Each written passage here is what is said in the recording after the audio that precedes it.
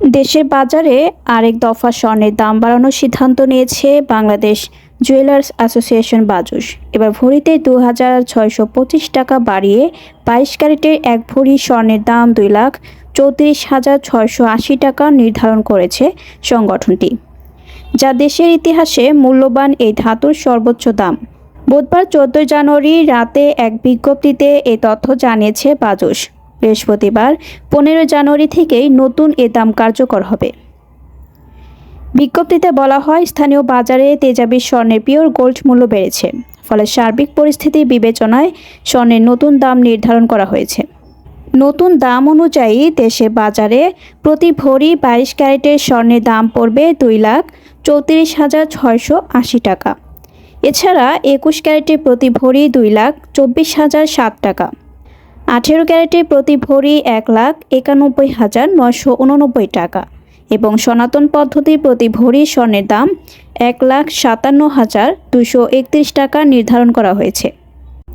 এদিকে বিজ্ঞপ্তিতে বাজুস আরও জানায়, স্বর্ণের বিক্রয় মূল্যের সঙ্গে আবশ্যিকভাবে সরকার নির্ধারিত ৫% ভ্যাট ও বাজুস নির্ধারিত ন্যূনতম মজুরি ৬% যুক্ত করতে হবে।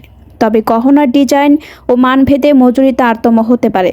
এর আগে সবশেষ চলতি বছরের ১২ জানুয়ারি দেশের বাজারে স্বর্ণের দাম সমন্বয় করেছিল বাজুস। সেদিন ভরিতে ৪,১৯৯ টাকা বাড়িয়ে ২২ ক্যারেটের এক ভরি স্বর্ণের দাম ২,৩২,০৫৫ টাকা নির্ধারণ করেছিল সংগঠনটি।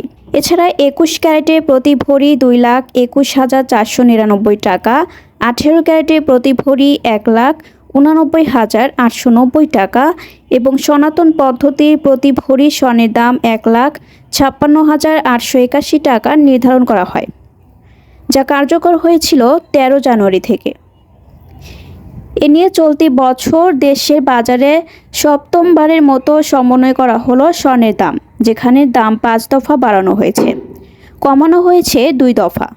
আর গত ২০২৫ সালে দেশের বাজারে মোট ৯৩ বার স্বর্ণের দাম সমন্বয় করা হয়েছিল, যেখানে ৬৪ বার দাম বাড়ানো হয়েছিল আর কমানো হয়েছিল ২৯ বার।